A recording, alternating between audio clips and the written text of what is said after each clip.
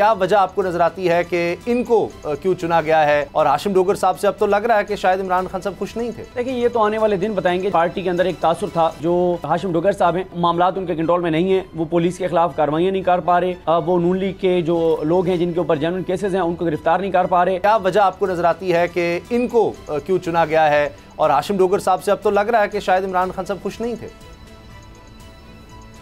देखिए, ये तो आने वाले दिन बताएंगे। जैसे मैंने कल जिक्र किया था, वो मैंने चेक भी किया कि पार्टी के अंदर एक तासुर था कि जो हाशिम डोगर साहब हैं, मामलात उनके कंट्रोल में नहीं है, वो पुलिस के खिलाफ कार्रवाई नहीं कर पा रहे, वो नून लीग के जो लोग हैं जिनके ऊपर जेन्युइन केसेस हैं उनको गिरफ्तार नहीं कर पा रहे।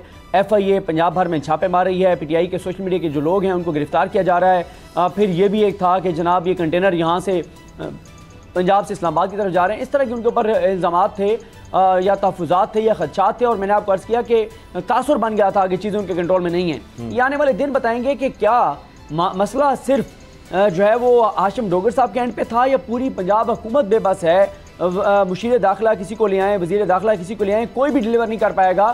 क्योंकि मैं कल वाली बात को दोबारा दोहराऊँगा कि खुद इमरान खान साहब कहते हैं कि 25 मई के जो जिम्मेदारान थे और उनके खिलाफ जब हम कार्रवाई करने लगे तो फ़ोन कॉल्स आ गई और कार्रवाई नहीं हो सकी, हम उनके खिलाफ कार्रवाई नहीं कर सके।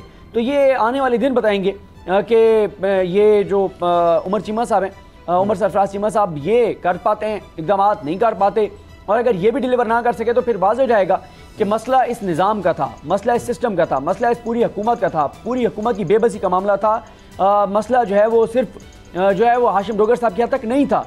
तो ये आने वाले दिन वाज़ेह कर देंगे, क्योंकि चीज़ें आपको पता है कि अब बहुत इंपॉर्टेंट है।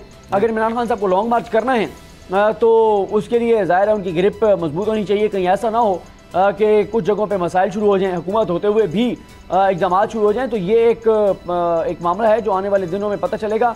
लेकिन मैं बहरहाल अगर आप मुझसे पूछें, मैं हाशिम डोगर साहब को कसूरवार नहीं ठहराता, क्योंकि वो ये कहते थे कि ये नहीं हो सकता। और मुनीर इस्लाही साहब ने भी हमें पिछले हफ्ते मुलाकात में कहा कि ये नहीं हो सकता कि इधर बनी गाला के ऊपर कार्रवाई हो तो हम जाती उमरा पुलिस भेज दें बगैर किसी केस के, बगैर किसी क़वायद ज़वाबित के।